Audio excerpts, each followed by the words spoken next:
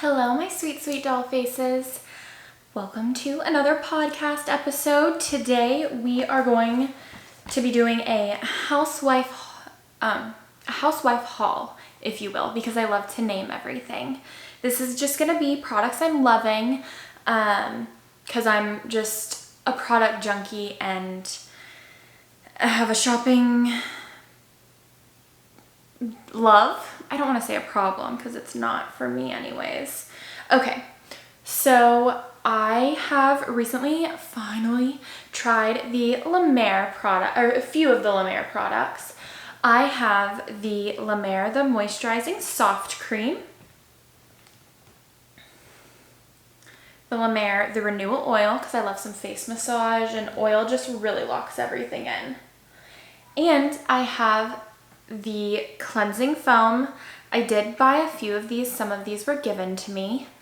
And as you can see, if you're watching the visual podcast experience, Lily also loves La Mer. She thinks it tastes delicious. So anyways, I do really like the La Mer products, especially since they're just like so luxurious and whatnot.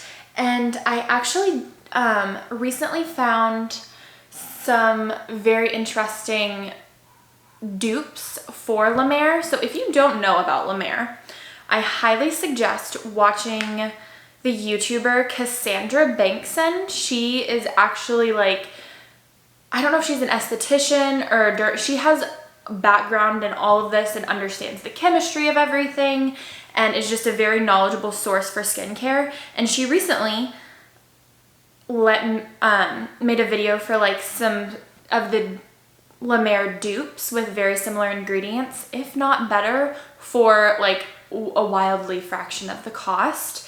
And that would be, I got them at Whole Foods. It's the Seaweed Bath Company Ultra Hydrating Hand Rescue.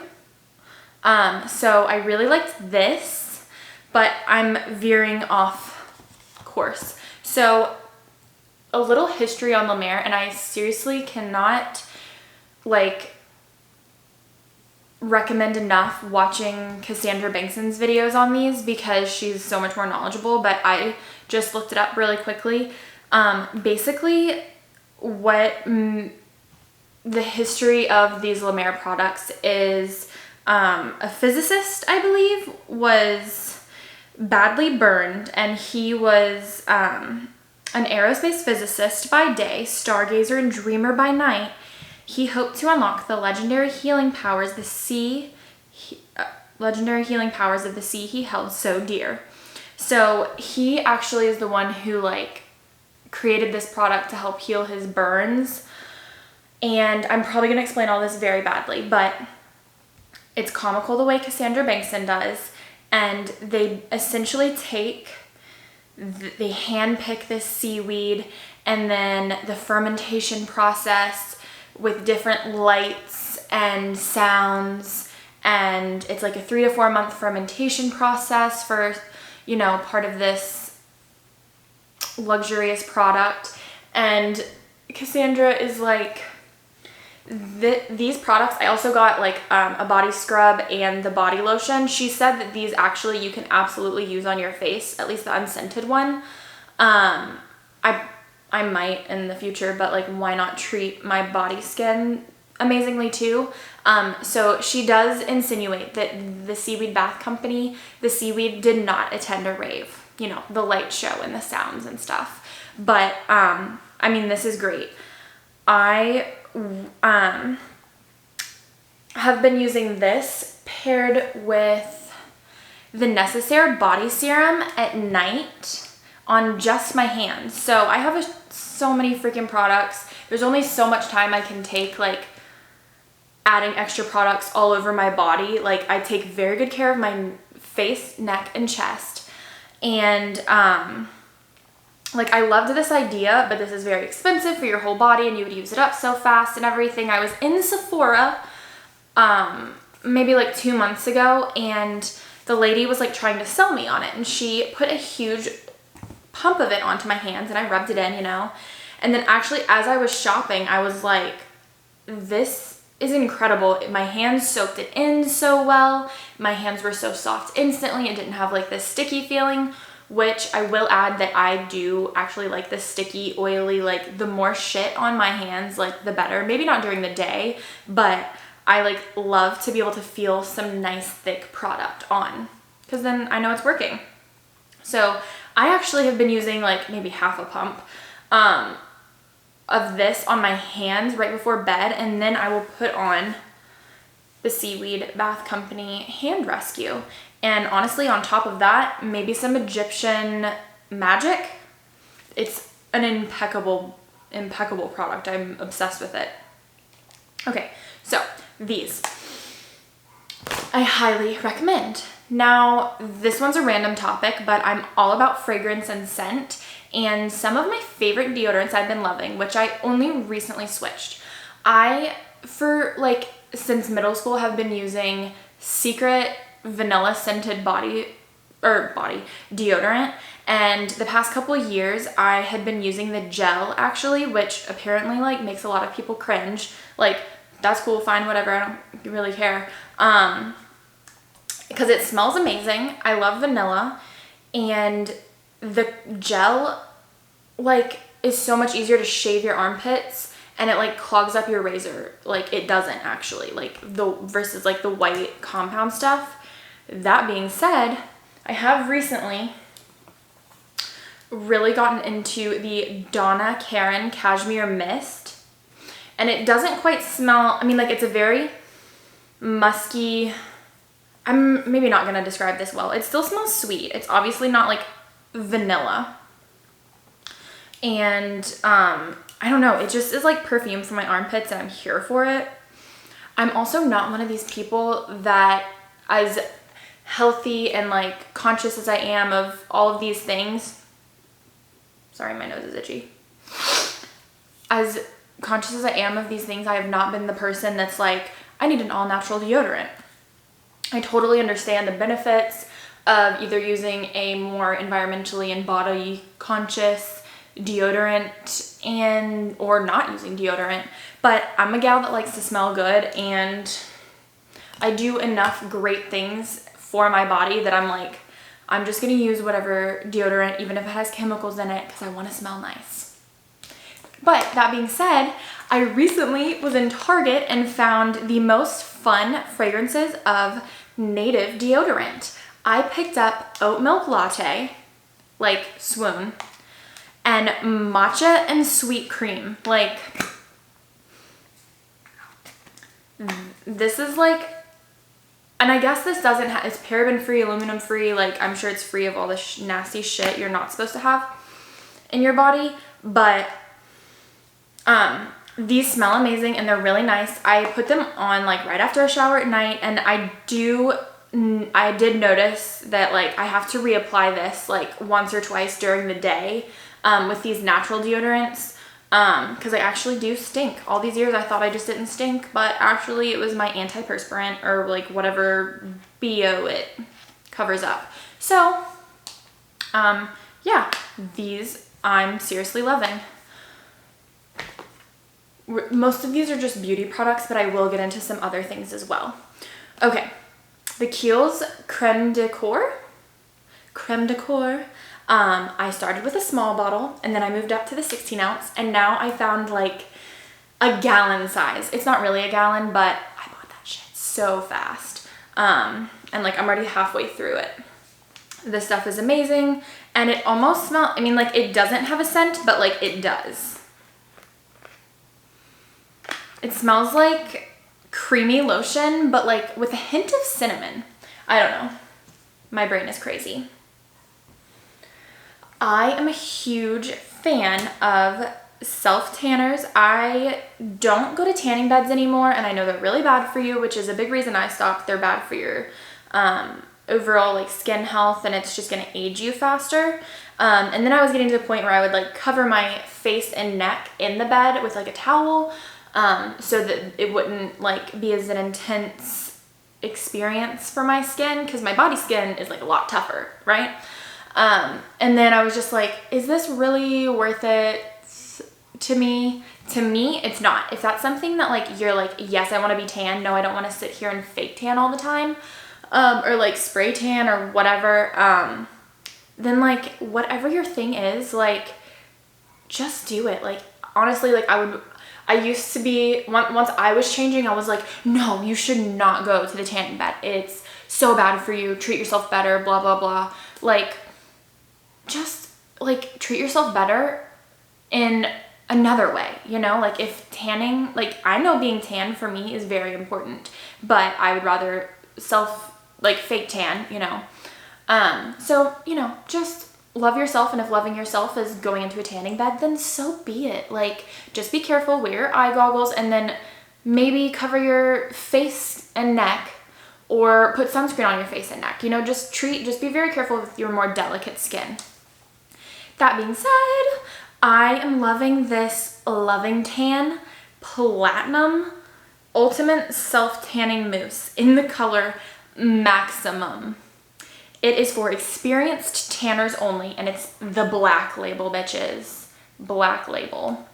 I got this, and I was actually like, I'm a very experienced tanner. Got it down to a science, but I was like, oh shit, like, oh shit. So I was very careful and put it on very lightly the first time, and it was totally fine. Like, this is what I'm wearing today. And it's such a gorgeous color. It says natural olive color. I don't know, I think I look great. I love it. Anyway, so if you are gonna do this and you are an experienced regardless of if you're an experienced tanner or not, go light with it the first time. I really go heavier on my chest because for whatever reason, I don't know if my chest is more oily than the rest of my body, but like it just does not grab tan as well. So like, I really have to like layer it on like the center of my chest, and that's like the first place it starts to get off of my body, is like it just like leaks off of my chest. It's so annoying, but it is what it is. All right, let's see. Let's move on to one more skincare product and then we'll go on to makeup. I just started using retinol this month. I've always been into skincare. I've always known that retinol is a very intense product. I like to be in the sunshine. Going back to the tanning thing, I do lay out and tan whenever it's summertime. I love to read a book by the pool and be outside and soak up the rays, because you actually get vitamin D from the sun. You do not get vitamin D from a tanning bed. If it makes you happy, then it makes you happy, and it's warm and it's a nice little bright moment. I get it, but it does not actually provide any vitamin D. This retinol I knew would make my skin more sensitive, and I was like, I didn't know how intense this was truly gonna be, so like I took this shit seriously. I did a bunch of research, and I found that it's best to do it if you have more sensitive skin, do like 1 to 2 times a week to start out. I do not have sensitive skin. I opted for the every other night for a month, and that's a lie because that was my plan, but where I wasn't having any bad side effects or like any intense drying or anything, I just started doing every night, unless like I was in the sun, and like the other day at the beginning of the week, I was out in the sun more, which even if I lay out, I have SPF'd the shit out of my face and my neck, and I definitely spray my entire body, like literally tops of my feet, because I want that great skin. And I'll still put like a tanning lotion on or something while I'm laying out, but I do put that first layer of SPF. Okay, this retinol, I noticed that like my face was getting a little bit more red than usual, so I didn't put it on that night, just to like let me have my skin have a break, even though I do put SPF on even better now that I am using a retinol. And I honestly, this is the SkinCeuticals retinol, and it's 0.3%, so maybe that's like a really low one, and so once I finish this, then I'll up my dosage, and we'll probably get a medical grade after this, knowing that my skin can take this so well. And my skin, like, it's such a subtle difference, but like I'm obsessed, and I will take this all the way down my neck. Makeup, some Bougie Luxury foundations, I used to not really care about foundation that much, especially like being name brand, because you just go through foundation, like a liquid foundation, you go through it so much faster that, like, especially, I mean, like, I guess I was in high school and stuff and like didn't just have all this money to, being like a young adult, you know, I was wanting to spend my money elsewhere, and foundation wasn't like that big of a priority. But now that I have married a successful man and I myself have a successful career, I just wanted to try some more luxurious foundations, and I got the Giorgio Armani, the Luminous Silk, and this is a very buildable coverage. I probably like cake it on my face more than normal people, and that's what I'm wearing today. I've obviously got powders and baked the shit out of my face, so like it's very, you can make this full coverage easily. This Dior Backstage body foundation, this is much lighter and not as buildable, so I don't know, it's beautiful and it's Dior and it's like cute in the background of like photos and stuff, but I don't know if I would repurchase because I'm a full coverage kind of gal. So I still like it though. And it's a beautiful bottle. Packaging gets me. Like, I'm a consumer at heart. Okay, something else random that I have been loving is Eat Smart sweet kale salad. And I'm gonna touch more on my eating habits and like what I eat in a day in another podcast episode, but seriously, I have been eating this salad with my dinner or lunch, like not the whole bag, like I'll mix it all up, but like seriously, it's like my favorite thing. We've been eating it for mostly me now. Carter gets sick of things easier than I do because I hyperfixate on meals and food. I've probably had this every single day, whether it be at lunch or with my dinner, for 5 months. That's how much I love it. So I get this at Costco. It's like a really large bag, and actually it's typical, like whenever you buy it at Costco, it comes as 2. It's a twin pack. And it's just like a few dollars cheaper than, I mean, like you save money at Costco, but I found it, like you can get it at Kroger, you can probably get it at a lot of places, but seriously cannot recommend this enough. It's got broccoli stalk, cabbage, kale, chicory, Brussels sprouts, dried cranberries, pumpkin seeds, and the cherry on top. It's a poppy seed dressing, and seriously, I just dump it all in a bowl, mix it up. I'll put it in the Tupperware. If it is, like I can't eat the whole bag.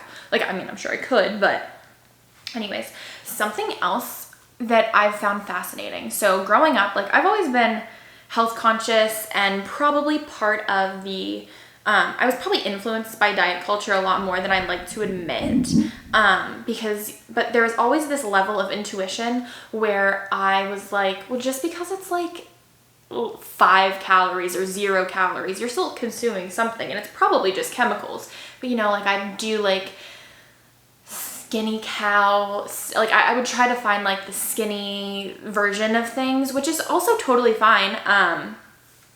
And like growing up, having a bunch of siblings, my mom would cook every night, but not all of us would like the same meal, and it was really hard to cook fresh food because most of us didn't like a lot of things. So I grew up not eating as many vegetables as I do now, and it was funny because when I started dating Carter, I started, like, he was a really farty man, and I like started being really farty. Like, I'm not like, I mean, I guess I am gassy, but like I don't have this weird bloat or anything. I just was like farting a lot more, and I was like, well, I guess we really love each other. Like my biology is literally changing to match your biology, and so I am farting as much as you do. And then it wasn't until recently that I was like, honestly, what the fuck is that about? Like I literally wasn't this farty of a person. And then I realized I had, his mom always cooked veggies and I wanted to learn how to cook vegetables. She helped me learn like basics of cooking vegetables because it was like this really intimidating thing for me, and now it's not. But like even just like eating a salad, I eat so many veggies during a day that's why I'm flirty. It's gotta be. That's why I'm flirty, because I eat vegetables. Fascinating fact about me that you really wanted to know. Okay. And one last thing that I don't have on me right now, but it's in the other room, is a robot vacuum. I will leave it linked on my Like to Know It, and I will leave it linked in the show notes. We had a robot vacuum before. It was a Eufy. It was really beautiful and white and sleek, and that was great for our 400 square foot apartment. Because it wasn't like the fancy one. It was the most basic, like it just wandered around and vacuumed everything up.